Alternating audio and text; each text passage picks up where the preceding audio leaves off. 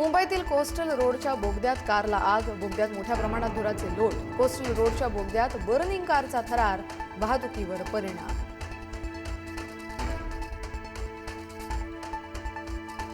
मुख्यमंत्री फडणवीसांच्या भेटीवर जयंत पाटील यांचं स्पष्टीकरण.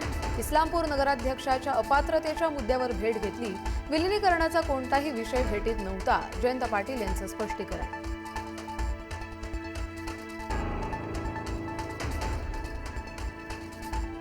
"50% जागा वाढत असतील तरच डिलिमिटेशन बिलाला समर्थनाचा विचार करू. सुप्रिया सुळे यांची भूमिका. 50% मर्यादेचा प्रस्ताव सरकारनं द्यावा, त्यानंतरच पुढचा निर्णय घेणार असल्याचं केलं स्पष्ट.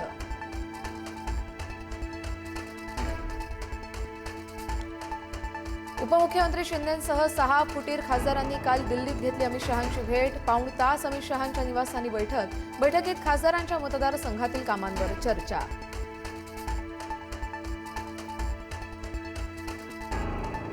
खासदारांच्या बैठकीनंतर उपमुख्यमंत्री एकनाथ शिंदे आणि शहा यांच्यामध्ये स्वतंत्र बैठक. दोन्ही नेत्यांमध्ये साधारण 15 मिनिटे बंद दाराआड चर्चा. राज्यातील राजकीय परिस्थितीवर चर्चा झाल्याची सूत्रांची माहिती.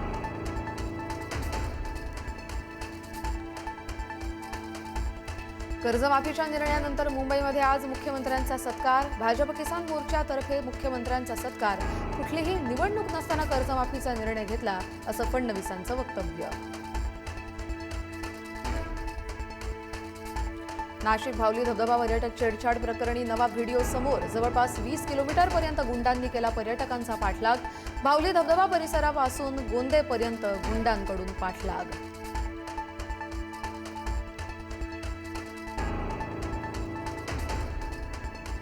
छत्रपती संभाजीनगरमध्ये विद्यार्थ्यांना शाळेत नेणाऱ्या मद्यधुंद रिक्षा चालकाचा व्हिडिओ व्हायरल. विद्यार्थ्यांच्या सुरक्षिततेचा प्रश्न ऐरणीवर. संबंधित रिक्षा चालकावर कारवाई करण्याची नागरिकांची मागणी.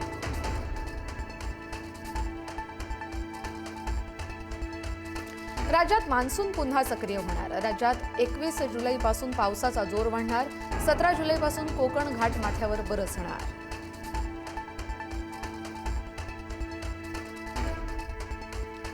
मुंबईकरांची चिंता पुन्हा वाढली. 7 तलावांमधील पाणी साठ्यात मोठी घट. तलाव क्षेत्रात समाधानकारक पाऊस न झाल्यास पाणी कपात कायम राहण्याची शक्यता.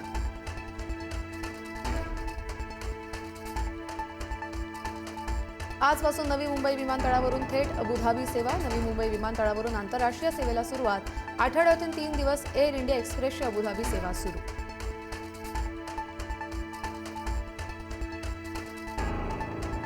नाशिकच्या तपोवनातील वृक्षतोड प्रकरणी मुंबई उच्च न्यायालयात आज सुनावणी. साधुग्रामसाठी वृक्षतोडी विरोधातील याचिकेवर सुनावणी. न्यायालयाच्या सुनावणीकडे नाशिककरांचं लक्ष. उद्यापासून 3 ऑगस्टपर्यंत 24 तास विठ्ठल दर्शन सुरू. आषाढी यात्रेच्या पार्श्वभूमीवर निर्णय. आजपासून व्हीआयपी दर्शन पास आणि सवलत व्यवस्था बंद.